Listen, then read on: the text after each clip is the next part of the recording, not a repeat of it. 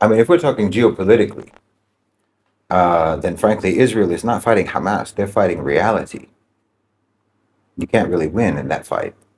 I mean, I can recap basically what I've always said is inevitably going to happen in the Middle East with regards to the Israel-Palestine situation. I've been saying this for a long time.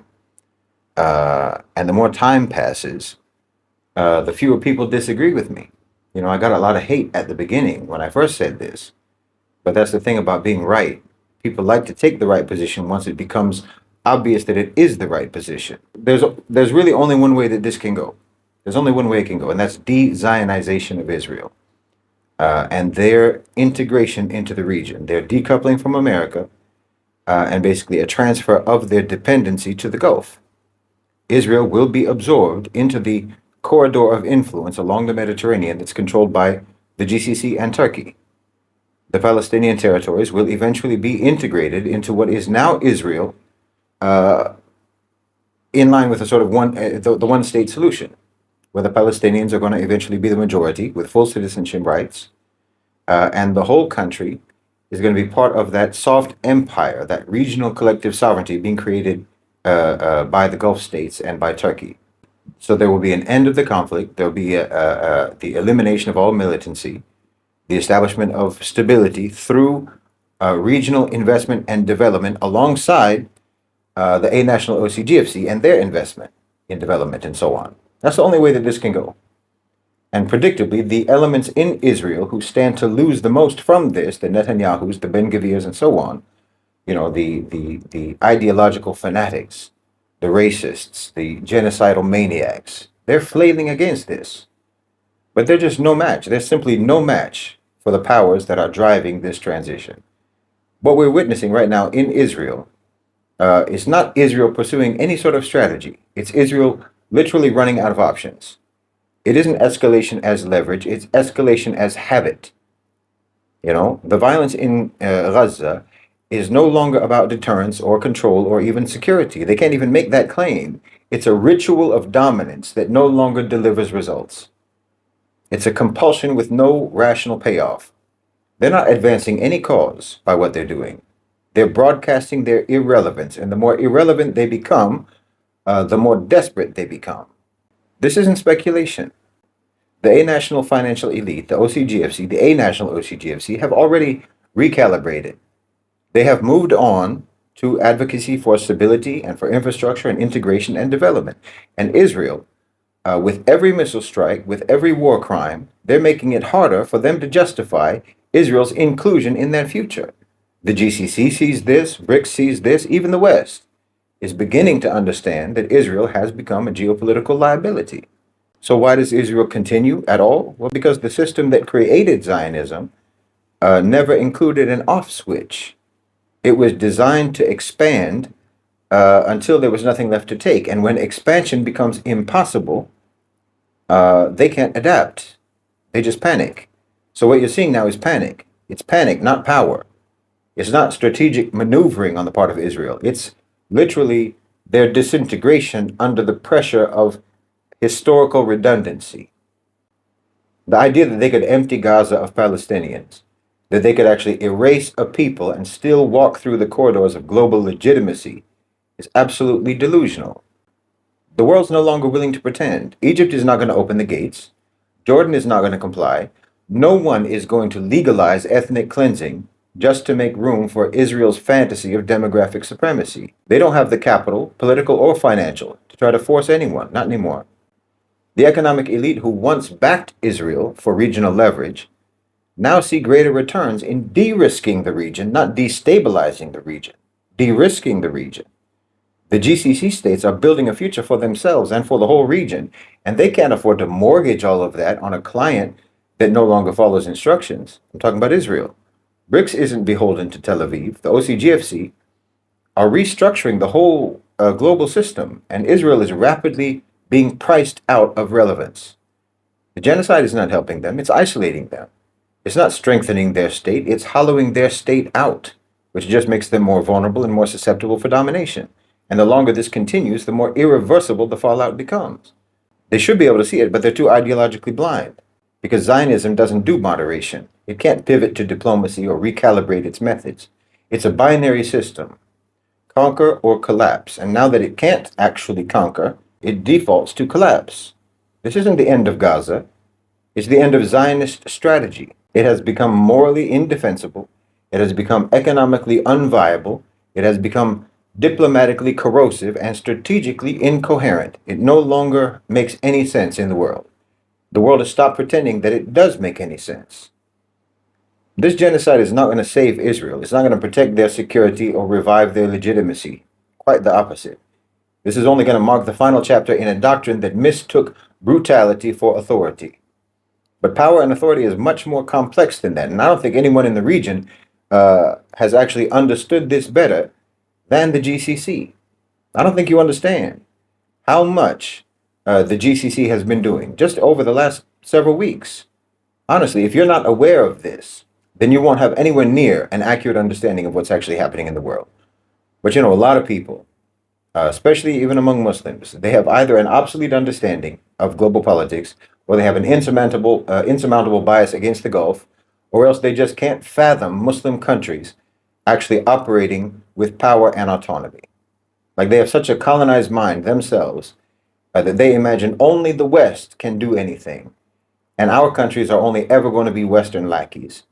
So they'll actually like literally block out reality just to preserve this programming. But look, the GCC countries have been on an absolute tear recently. Diplomatically, economically, strategically. It's really quite remarkable. And if you're missing out on it, you're really missing out on pivotal events.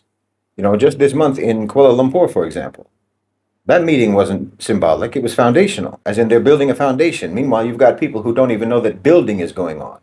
But a whole architecture, political, economic, diplomatic infrastructure is being built right now across the global south, which is going to serve as the foundation for the whole second half of the 21st century.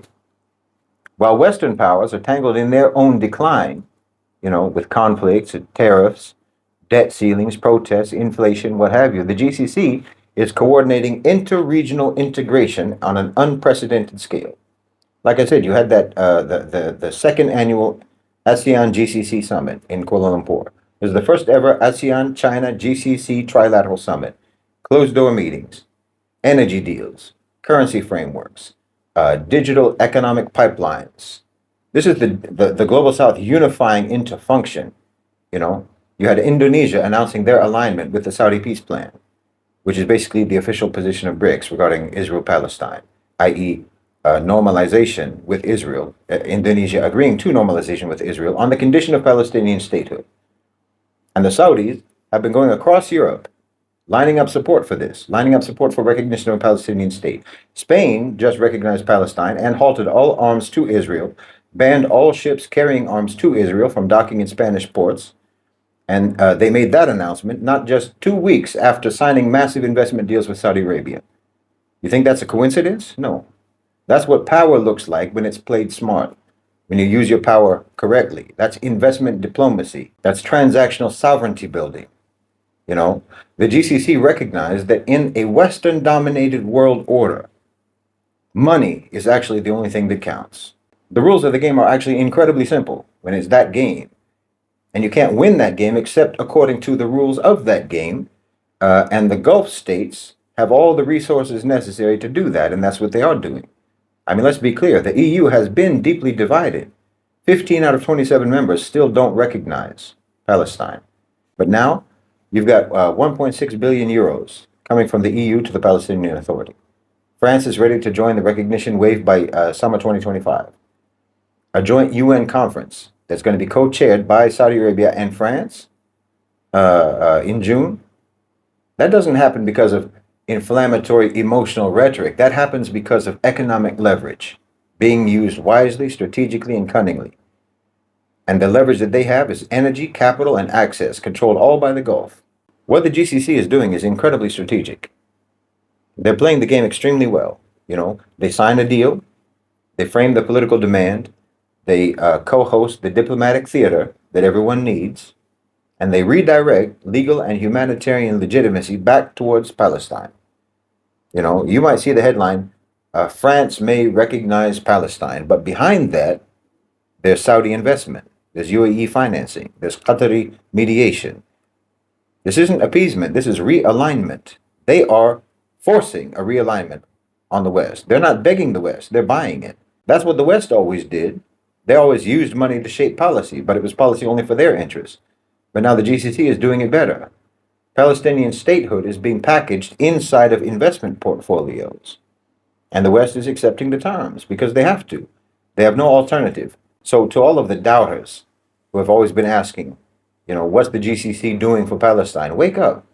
This isn't Twitter activism. This is systems level influence. They're rewriting Europe's position one contract at a time. You can't force Europe to act morally. You can't shame them into morality. You can only make immorality too expensive, or anyway, make it less profitable than morality. And you can reward decency with deals. The GCC has figured this out. And now they're exporting justice the only way that Europe understands, through economic pressure and through economic opportunity. You're watching, if you understand what you're watching the end of the G7 era in real time. Because while America is sanctioning, for example, the GCC is constructing, local currency cooperation, that's de-dollarization in real time. Regional business councils being set up, that's parallel economic governance mechanisms being set up in real time. Food and energy security, that's mutual dependence without imperial extraction. That's collective sovereignty. This isn't diplomacy. This is architecture that they're building. You understand?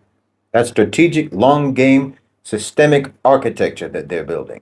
A multipolar financial system, local currencies, fintech, digital payment rails, no IMF, no dollar, no approval needed from Washington. That's what the future looks like. A development corridor from the Arabian Peninsula through Southeast Asia to China. Gulf capital, ASEAN markets, Chinese infrastructure. In other words, a new world system with the West on the outside. They're building a behemoth while you still think Israel has power. I'm sorry, but that's patently absurd. Israel is deteriorating before our eyes. They're building nothing. They're depleting any power that they ever had by the hour. The GCC discussed Gaza at that multilateral summit with ASEAN and China, and that wasn't just virtue signaling. That was a repositioning and a fortification and consolidation of the Palestinian issue into the mainstream of the Global South agenda, where Israel has no control over how that's framed or has no control over the outcome. That's strategic reframing. That's how sovereignty is protected in the 21st century, not by slogans, but by systems. And that's what they're building, systems. You want slogans. You want fiery rhetoric. But meanwhile, they're building infrastructure. They're building systems. They're building architecture. If you're still expecting the future to come from the West, you're facing in the wrong direction. Nothing is happening in the West. The future is being written from the South and from the East, and the Gulf, whether you like it or not, is one of the authors. The GCC isn't just oil anymore. It's not just finance. It's coordination, infrastructure, diplomacy, and control of narrative. If you're not paying attention, you're going to wake up one day realizing that you missed the whole transition. You missed the whole transition completely while you were denigrating and insulting and dismissing the very people who have been driving the transition. So you should take this seriously and you should pay attention. You should pay attention to what the Gulf is doing, but most of you probably don't even know. This is the global pivot. Alhamdulillah wa shukrillah, the Muslim world is right at the center of it.